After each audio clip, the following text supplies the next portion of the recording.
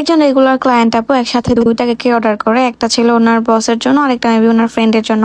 তো এর আগে উনি আবার আমার থেকে দুইবার কাপ কেক নিয়েছিল, কেক নিয়েছিল নাকি বলতে পারতেছি না, বাট কাপ কেক রিসেন্ট দুইবার নিয়েছে।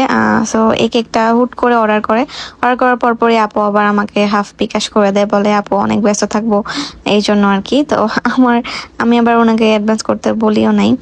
যাই হোক, এই যে আমার কেকের মধ্যে এখন আমি যেই 1 পাউন্ডের কেকটা, সেটা ছিল হচ্ছে আমাদের পেজের যে ভাইরাল গ্লিটার কেকটা, সেটা তো আপু রিকোয়েস্ট করলো যে আপু 1 পাউন্ডের মধ্যে করে দেন।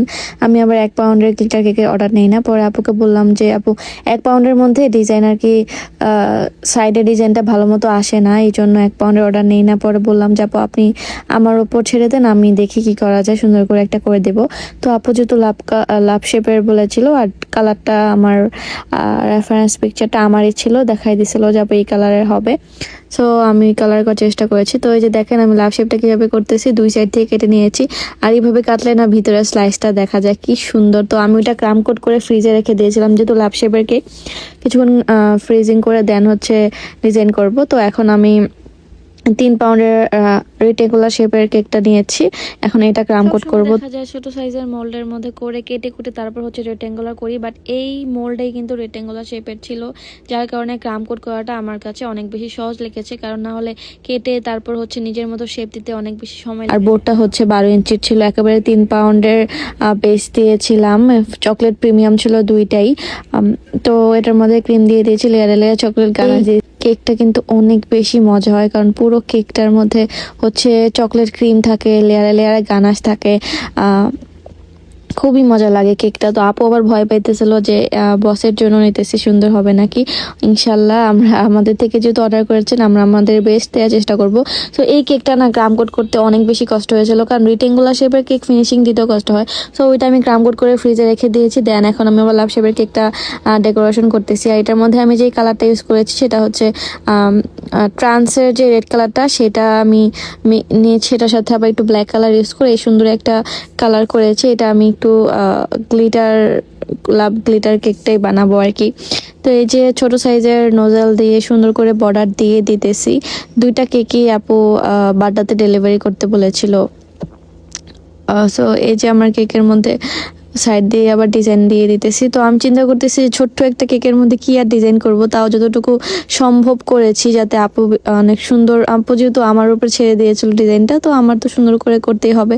তো এই যেটা না দিলেই না, লিফ নোজেলের এই ভিন্টেজ ডিজাইনটা, এটা না দিলে আসলে কেকের সৌন্দর্যই লাগে না আমার মনে হয়। তো সাইড দিয়ে দেখেন কি সুন্দর গ্লিটার দিয়েছি, এত বেশি গ্লিটারই লাগে। তো আমার কাছে না এত বড় একটা ক্রাউন ছিল, সো এটা দেওয়ার পর মনে হইতেছিল যে কেকটা থেকে ক্রাউনই বড় হয়ে গেছে। তো এটা আমি বাদ দিই, তারপর আমি ক্রাউন বেকন ফ্ল্যাগ বিটি থেকে আরেকটা অর্ডার করি। তো এই যে দেখেন আমার কেকটা আমি রেখে দিয়েছিলাম, বাকি কিছু কাজ ছিল, নাম লেখা বাকি ছিল। তো এখন আমি নিয়েছি হচ্ছে রেক্টেঙ্গুলার শেপের কেকটা, এখন আমি ফিনিশিং করব।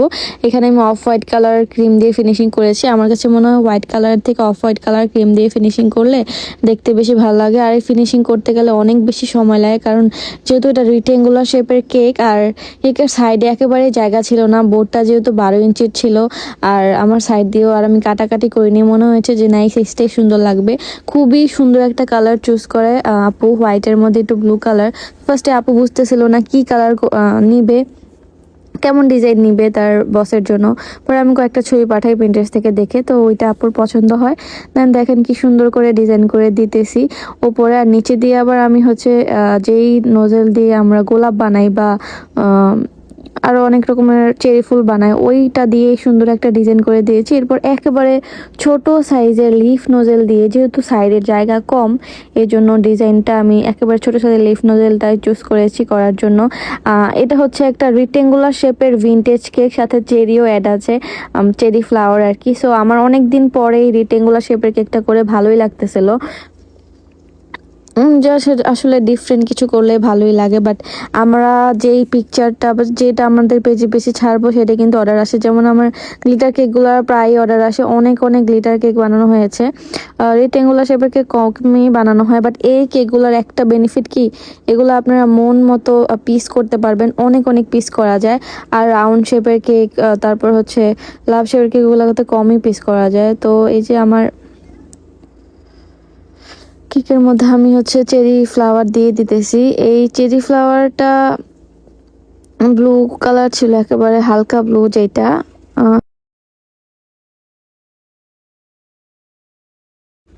আর এইসব চেরি ফ্লাওয়ার ইনস্ট্যান্ট কেকের উপর বসানোর জন্য অবশ্যই ক্রিমটা একটু হার্ড হতে হয়, বাট আমার ক্রিমটা যেহেতু অনেকক্ষণ ধরে বাইরে ছিল এর জন্য একটু একটু নরম হয়ে গিয়েছিল। বাট অনেকে বলেন যে আপু আপনি কি বাটার ক্রিম ইউজ করেন নাকি, তাহলে এত শক্ত হয় কিভাবে? আসলে বাটার ক্রিম খুবই কম করা হয়, আমার বেশিরভাগ কাজই হুইপ ক্রিম দিয়ে করা হয়। তো হুইপ ক্রিমটা ভালো মতো বিট করলে শক্তই হয়, গরমের মধ্যেও শক্ত থাকে। সো চেষ্টা করবেন যে হুইপ ক্রিমটা ভালো মতো বিট করার। আর হুইপ ক্রিমের মধ্যে যদি একটু পাউডার মিল্ক দেন তাহলে ক্রিমটা আরও বেশি স্টেবল থাকে। তো এই যে ফ্লাওয়ার দিয়ে দিতেছিলাম, আমার দিতে দিতে শেষে আমার হাতের গরমে পাইপিং ব্যাগের ফ্লাওয়ারগুলো একেবারে মেল্ট হয়ে গিয়েছিল, এটা খুবই বিরক্তিকর ছিল। তো এই যে ফ্লাওয়ার দিয়ে দিয়েছি। এরপর হচ্ছে আমার পরের দিনের ভিডিও, আমি ডেলিভারি দেওয়ার আগে এই সুন্দর ক্রাউনটা বসিয়ে দিয়েছি আর নাম লিখিয়ে দিয়েছি। ক্রাউনটা আমি বেকেন ফ্ল্যাগ বিডি থেকে নিয়েছিলাম, তাদের কাছে আপনারা কিন্তু সব রকমের ডেকোরেশনের আইটেম পেয়ে যাবেন। তো এই যে এই বার্থডে টপারটাও তাদের থেকেই নেওয়া, সিলভার কালারের।